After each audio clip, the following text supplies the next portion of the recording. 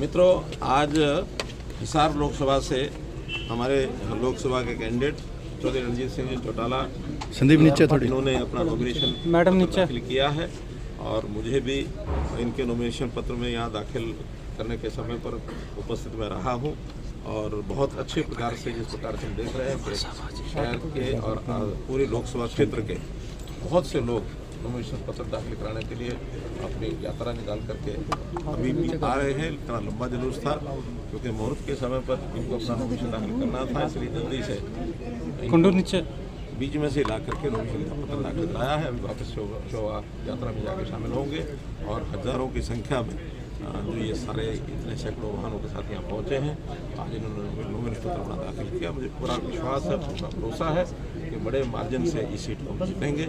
हमारा नॉमिनेशन का जो सिलसिला है वो 29 तारीख से ही शुरू हो गया था। 29 तारीख को पहला नॉमिनेशन गुड़गांव के हमारे प्रत्याशी रविंद्रजीत जी ने उसका अपना नामांकन किया था। अब आज से लगातार 6 तारीख तक नॉमिनेशन चलेंगे। मेरा अपना नॉमिनेशन भी करनाल से 6 तारीख को हम लोग करने वाले हैं। सर, कुलदीप जी और भव्य जी नहीं है अच्छा, वो अपने किसी पारिवारिक काम से बाहर गए हुए हैं। ससुराल में उनका कोई फंक्शन था तो इसलिए वहाँ गए हैं। और जो कि परसों ही तो रैली हुई थी आदमपुर में, मैं स्वयं भी आया था। वो बिल्कुल जिसको कहना चाहिए पूरे तन मन से साथ हैं और आज उन्होंने पहले ही कहा था कि मैं किसी कारण से नहीं आऊँ। सर, प्रदेश में प्रधानमंत्री और गृह मंत्री की कोई बड़ी रैली होनी है सर? सामान्यतया जब आखिरी 10 दिन रह जाते हैं, 15 से 10-12 दिन में, तभी ये रैलियाँ होती हैं। तो अभी 10 तारीख के बाद अपेक्षा ये है, क्योंकि अभी और प्रांतों में लगे हैं जहाँ तीसरे और चौथे चरण का जो चुनाव है, अभी तो हमारा छठे चरण का चुनाव है, तो तीसरे चौथे पाँचवें चरण के चुनाव में वो व्यस्त हैं। चाहे प्रधानमंत्री जी हों, हमारे गृह मंत्री जी, राष्ट्रीय अध्यक्ष जी, उनकी उधर से जैसे व्यस्तता धीरे धीरे कम होगी।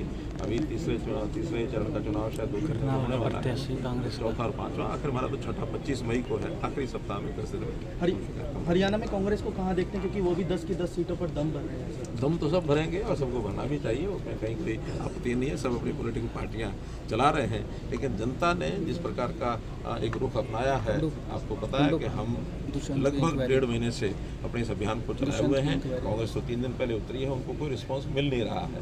जिस प्रकार की उनके घर के अंदर जैसे द्वंद्व थे, उन द्वंद्व में से आज तक भी वो निकल नहीं पाए हैं। अभी आज ही उन्होंने कल ही शाम को प्रोग्राम के प्रत्याशी की घोषणा अब की है। उनका कहीं किसी प्रकार का कोई अभियान में तेजी नहीं है, कोई उनके कैंडिडेट को रिस्पॉन्स मिल नहीं रहा है और निश्चित रूप से हम हरियाणा में 10 की 10 कांग्रेस ने गुड़गांव से राजबब्बर को उतारा है, आपको लगता है कि किस तरह से इस पर आप अपने लिया? नहीं, देखिए, राजबब्बर पहले तो अपने यहाँ प्रदेश के से उनका कोई लेना देना नहीं है और उन्होंने उत्तर प्रदेश में भी अपने आप को आजमा के देख लिया, यहाँ भी आजमा के देख रहे हैं। केवल सेलिब्रिटी होना ये कोई जनता के आकर्षण का विषय नहीं होता। देश में कौन क्या कर रहा है, आखिर आज चुनाव कैंडिडेट से ज़्यादा नेतृत्व का चुनाव ये चल रहा है। नेता कौन है, नेता की नीति क्या है, नियत क्या है। तो जैसे राहुल गांधी, नरेंद्र मोदी जी, यानी इनके नेतृत्व का जो चयन है, उस चयन में कहीं नरेंद्र मोदी जी कहीं आगे हैं।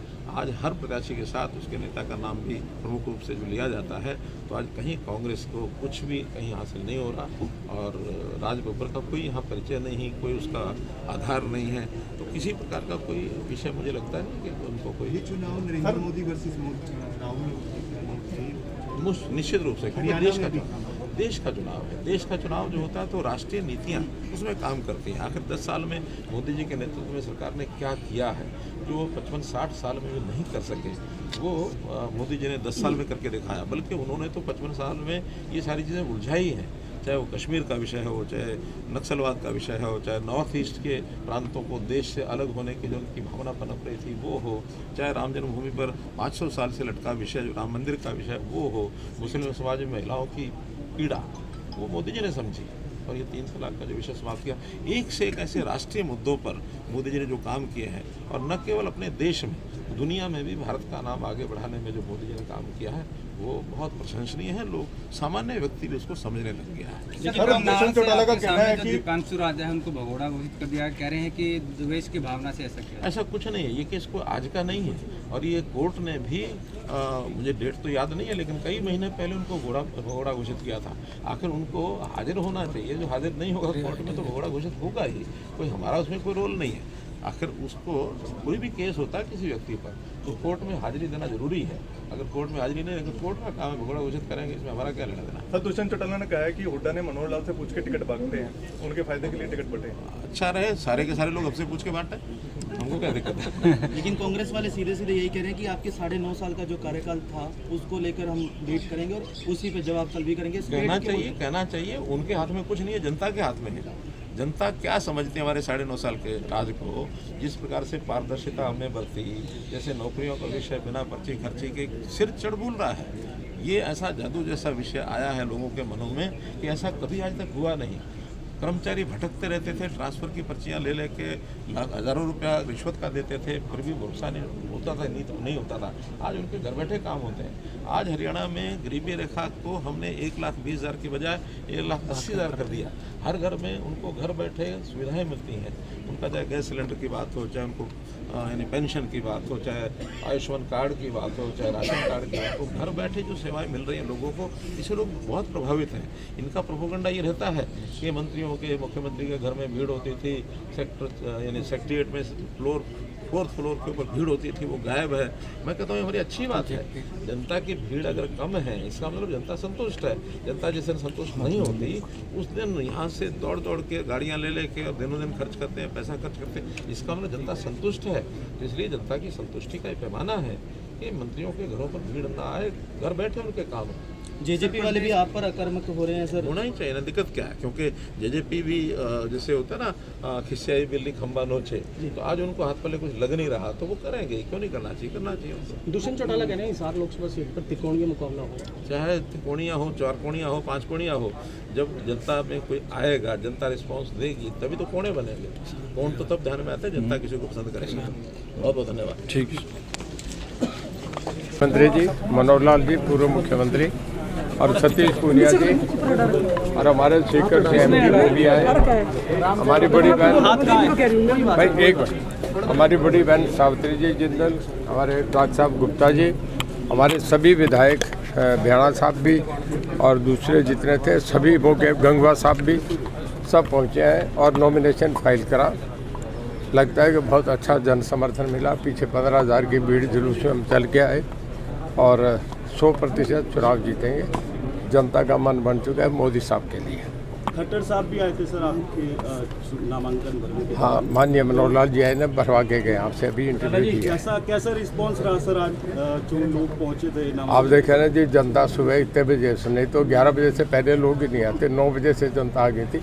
हमें जुलूस में 1.5 घंटा लग गया, जुलूस ख़त्म ही नहीं हो रहा था। फिर हम बीच में उतर के गाड़ी में पहले भाग के गाड़ी में बैठ के आके नॉमिनेशन फाइल करा, क्योंकि टाइम हमारा 11:30 बजे तक था। जी प्रकाश कह रहे हैं कि जो देवीलाल की विरासत को आगे बढ़ाने का हम वही कर रहे हैं, बाकी सब नाम खराब कर रहे हैं। कौन कर रहे हैं वो, और उनका क्या लेना देना है? क्योंकि हम जुड़े रहे हैं, उनकी नीतियों को आगे बढ़ा रहे हैं। दुनिया जुड़ी रही है, देश जुड़ा रहा है, मुलायम सिंह जुड़ रहे हैं, लालू जुड़े रहे, सब अपने अपने चले गए। वो तो गद्दारी करके गए हैं, वो इनसे भी कर गए, जिंदल साहब से भी कर गए, वो उनसे जो भजनलाल से भी करके, हुड्डा साहब से भी करके, शैलजा से भी करके, हर एक से छोड़ के गए हैं। जो देवलाल के कर्मठ कार्यकर्ता सुधार, हम उनके बेटे हैं, वो कैसे कह गए ये बातें? आज की भीड़ क्या संदेश देती है? भीड़ ये संदेश देती है जनता मोदी साहब को धूम धमाके से बनाना चाहिए।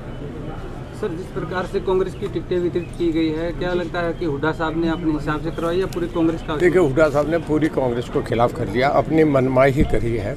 जब ऐसे होता है, ऐसे इंदिरा गांधी ने करा था एक बार 1977 में, तो लोगों ने रिबट करा, एक भी सीट नहीं आई थी। इंदिरा जी भी हार गई, राहुल गांधी हार गए। देखिए, लोग निरंकुश को पसंद नहीं करते। जब सेनापति कमज़ोर हो जाता है तो लोग बगावत करते हैं, सूबेदार बगावत करते हैं। जब सेनापति कमज़ोर होता है तो भेड़ बकरिया का झुंड जो होता है वो बिना गढ़ रही है कि जो उसकी सत्य है सब जा रहे हैं। ना शैलजा उनकी सुन रही, कंवर आपके करण दलाल थे, उनके सबसे मजबूत साथी थे, उनके रिश्तेदार थे। अब तक का अगर सबसे ज़्यादा कंट्रीब्यूशन था उनका था। जो बंसीलाल के परिवार की टिकट काट दी, छोटू राम का बहुत बड़ा नाम था सर, छोटू राम का, उनके नाम के वो गीत गाते हैं, रोज़ माला चढ़ाते हैं, उनके पोते का टिकट काट दिया। उन्होंने तो अपनी हट धर्मी से कांग्रेस को नाश कर दिया, जैसे राहुल गांधी ने उत्तर प्रदेश में नाश कर दिया, हुड्डा साहब हरियाणा में नाश कर दिया। हुड्डा साहब कोई चेहरा नहीं है कि उनके वोट मिल जाए, वोट तो राहुल गांधी के नाम के मिलने थे। वोट इन सब हम सारी लीडर से इकट्ठी है ना, हम 10 लोग इकट्ठे आए हैं। अब जहाँ शैलजा नॉमिनेशन भरी है उनका एक नहीं आ रहा, जहाँ हुड्डा साहब नॉमिनेशन भर रहे हैं, वहाँ नरदीप सुरजेवाला नहीं जा रहा, वहाँ किरण नहीं जा रही, वहाँ आपका शैलजा नहीं जा रही, वहाँ वीरेंद्र सिंह नहीं जा रहे, सब उनके खिलाफ है। जब एक आदमी ऐसा करेगा तो आउट हो जाएगा। तो कांग्रेस की अंतर कलह का कोई चुनाव पे प्रभाव नजर आएगा? देखिए, कांग्रेस पूरी तरह हारेगी 10 सीटों पर। इसके बाद मैंने बताया था ना, आपने वेस्ट बंगाल में, आप उत्तर प्रदेश में, बिहार में, गुजरात में, उड़ीसा में, तमिलनाडु में 300 सीटें हैं। 1970 के बाद रिकॉर्ड है कि 47 साल में कांग्रेस नहीं है। कांग्रेस है ही नहीं, खत्म होगी 47 साल में, केवल वो पार्टी जारी है। और हरियाणा में जब 10 साल कोई पार्टी चली जाती है कांग्रेस दोबारा आई नहीं, ये इतिहास है। हरियाणा से कांग्रेस चली गई, कांग्रेस का पर्दा गिर गया। इन्हें हमें अब नज़र आ रहा है, उन्हें 4 तारीख को नज़र आएगा। कोई मुकाबला मानते हैं सर जयप्रकाश एपी के साथ या फिर एक तरफा?